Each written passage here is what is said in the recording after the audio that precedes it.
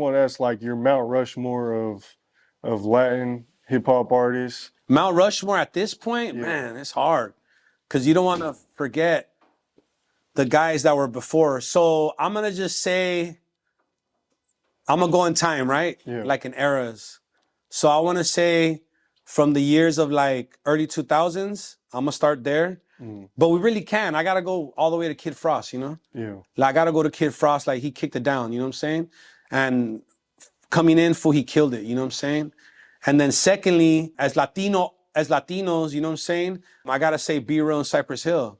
You know what I mean? I gotta throw them in there. Like I don't think that there's a bigger Latin group out of LA than them, you know what I'm saying? I think, like, yeah, like they're like the fucking Beatles. That's a tough one, man. At this point, shit. I mean, if we're gonna go by success, longevity, and all that shit, just being Latino artists, I would have to say still Cypress Hill. You know? Yeah, I mean, you can't fuck with them, fool. Yeah. It's hard. You know what I'm saying? They're worldwide, dog. Like, you know what I mean? They just did a show with my cousin Prayers in Distrito Federal, Mexico, you know? Yeah. And they sold that bitch out. I mean, like 20,000 tickets, I think, you know? And this is like, how many years after their prime, fool? Right, yeah. Come on, bro. Like, that's the shit that you dream of. That's rock star status, you know what I'm saying? So I think that all time it has to go to B-Real and Cypress Hill, you know? Okay, that's good, that's good. Now, your latest project, Necessary Evil, what was kind of your process in the studio and just like the overall message you were trying to convey with that project? It was like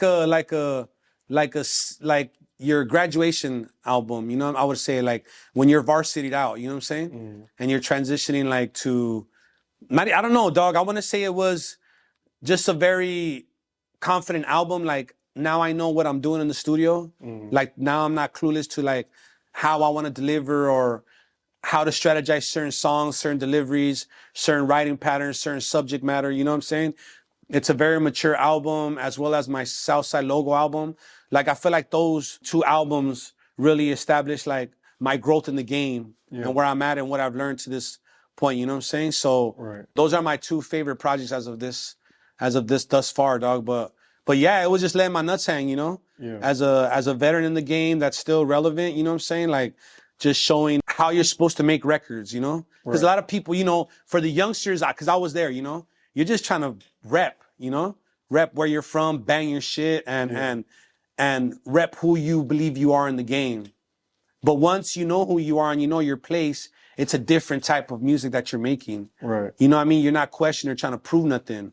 It's more of like you just being in your element, you know what I'm saying? Right. So I've been in my element with those two albums more than any, you know what I mean? And it's dope to see the reaction and to see the feedback from those albums, you know? Those albums helped me land my OTR deal, you know what I'm saying?